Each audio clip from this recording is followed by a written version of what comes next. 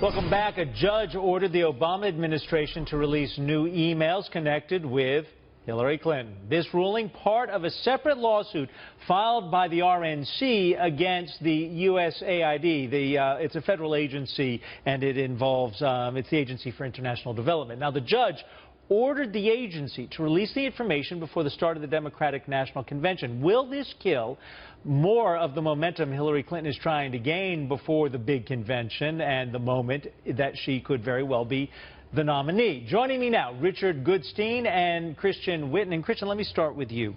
The issue here isn't the Benghazi emails and those emails. This is the Clinton Foundation's emails with State Department officials and or the USAID, and whether there was an inappropriate lobbying on behalf of the State Department for those who might have donated to the Clinton Foundation, correct? Correct. This is potentially a big deal because when it comes to spending money, the State Department proper does a fair amount, but the Agency for International Development, AID, does a lot of that. And so the idea that you could give a donation to the Clinton Foundation, throw some payola their way, as we know that a number of, for instance, Persian Gulf states have, and then get something in return, some big development grants, that's a big implication. Richard, there were 3,300 pages of potential documents that RNC tried to get through the Freedom of Information Act, but they have yet to get 2,600. Do you think they'll get them before July 11th? You know, Adam, it's very funny. If you had to ask both parties, who's more concerned about documents coming out? Is it Donald Trump's taxes? And is there a person who really doubts that there's fraud in there that's probably right on the surface? Or documents about Trump University, which we now know from his managers was a fraud? So who's more concerned about that? Or the Hillary Clinton documents? And we've had tens of thousands of those come out already, and they're a big snooze. They talk about things like, how do I set up my fax machine, or how do I find the channel that Homeland is on? So if that's any indication from tens of thousands of documents that have come out, you have very skillfully just tried to shift this discussion from the issue, which is, did the Clinton Foundation exercise inappropriate access to the State Department in return for monetary donations to then get favorable rulings for governments which were donating to the foundation? That's the issue.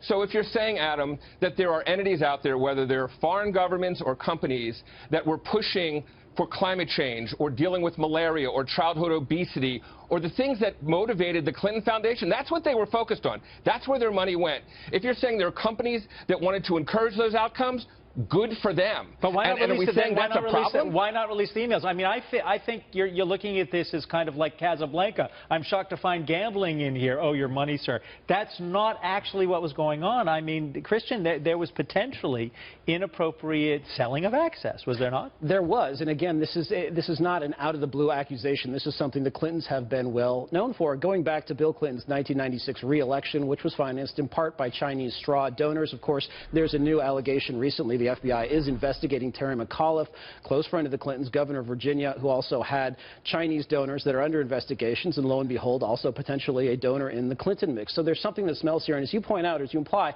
why is this being kept from the public? What are they trying to cover up? With the State Department, there's a plausible allegation that things are classified, that they need to be very carefully reviewed. It's much less so with the Agency for International Development, especially if it really is for things like malaria. Let the public see this. I mean, the Chinese have these emails. Why can't we have these emails? Richard, you get the last word on this. Why not? And my guess is when those documents come out, you'll be just as disappointed as seeing those ones about how do I find Homeland or set up my fax machine. Because, again, it will underscore that companies were paying, God forbid, for a foundation or outcomes from the federal government that promoted all these very meritorious outcomes, which I frankly don't think any of your viewers would disagree are to the good of the country and the world. Richard, fax machines are so 1990. It's so behind the I agree.